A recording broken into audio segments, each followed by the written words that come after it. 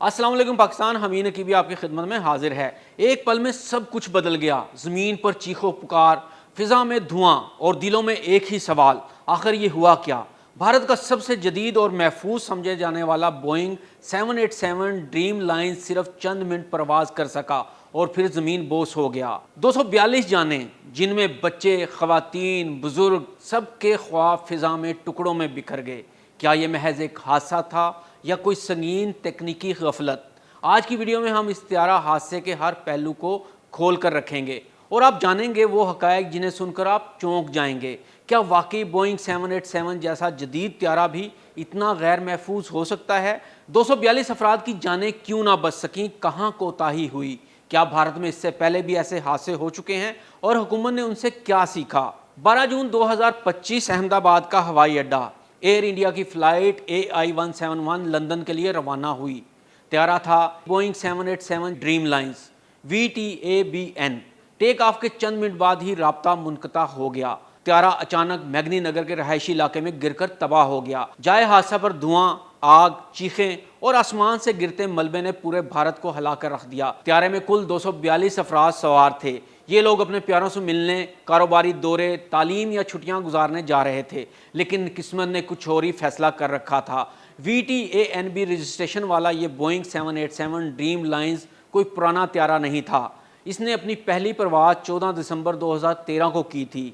Air India को delivery 28 जनवरी 2014 को की गई। हादसे के वक्त इस त्यारे की उम्र 11 साल 6 माह थी, जो आम मयार के मुताबिक बिल्कुल काबिल परवाज़ थी। इस त्यारे ने सैकड़ों कामयाब परवाज़ें की थीं। आइए इस त्यारे की खसूसियात पर एक नज़र डालते हैं। बोइंग 787 सीरीज़ का सेफ्टी रिकॉर्ड दुनिया के बेहतरीन त्यारों में शुमार होता है। इसे 2011 से दुनिया की दर्जनों एयरलाइंस इस्तेमाल कर रही हैं और बहुत कम हादसात रिपोर्ट हुए हैं, वो भी अक्सर तकनीकी नहीं बल्कि इंसानी या माहौलियाती वजूहात की बिना पर। बोइंग 787 जदीद तरीन डिज़ाइन का हामिल है। ये त्यारा 50% से ज़ायद कार्बन फाइबर कंपोजिट से बना होता है, जो इसे हल्का, मजबूत और फ्यूल एफिशिएंट बनाता है। एयर एरोडायनामिक डिज़ाइन की वजह से इसकी ख़ास शक्ल हवा में रगड़ कम करती है, जिससे न सिर्फ फ्यूल बचता है बल्कि परवाज़ ज़्यादा हमवार रहती है। इस त्यारे में Rolls Royce general electric Trent 1000 या GEnx इंजन इस्तेमाल होते हैं।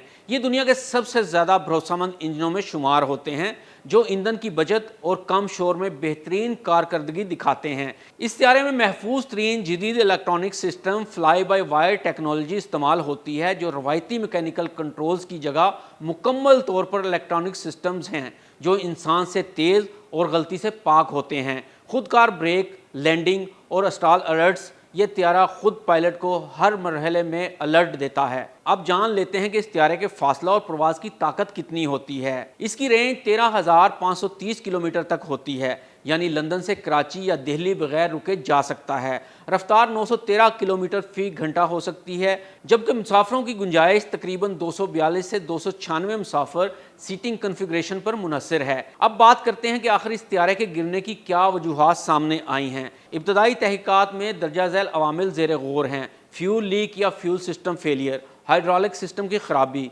ब्रॉड स्ट्राइक या आसमानी बिजली का असर, पायलट की तकनीकी गलती या सिस्टम मैनेजमेंट एरर। लेकिन सबसे बड़ा सवाल ये है, इतने हसास और जदीद सिस्टम्स के बावजूद ये तैयारा नाकाम क्यों हुआ? DGCA, हुकूमत हिंद और बोइंग की टीमें मुश्तरका तहकीकात कर रही हैं। ब्लैक बॉक्स और कॉकपिट वॉइस रिकॉर्डर को बरामद करके इसकी तज्ज़ियाती रिपोर्ट तैयार की जाएगी। मुकम्मल सच्चाई सामने आने में हफ्ते या महीने लग सकते हैं।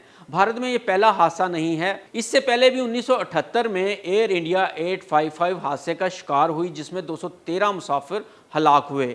1996 में चखरी ददरी मिड एयर कुलयन में तकरीबन 349 अफराद हलाक हुए। 2010 में मंगलोर क्रैश हुआ, जिसमें 158 अफराद हलाक हुए। 2020 में कोझिकोड क्रैश में तकरीबन 21 मुसाफिर हलाक हुए। क्या भारत की सिविल एविएशन सिक्योरिटी वाकई महफूज है या हर हादसे के बाद सिर्फ बयानात दिए जाते हैं? एक सवाल सबके दिल में है, क्या हम महफूज हैं? अगर 787 जैसा जदीद तरीन त्यारा गिर सकता है तो फिर बाकी निज़ाम का क्या?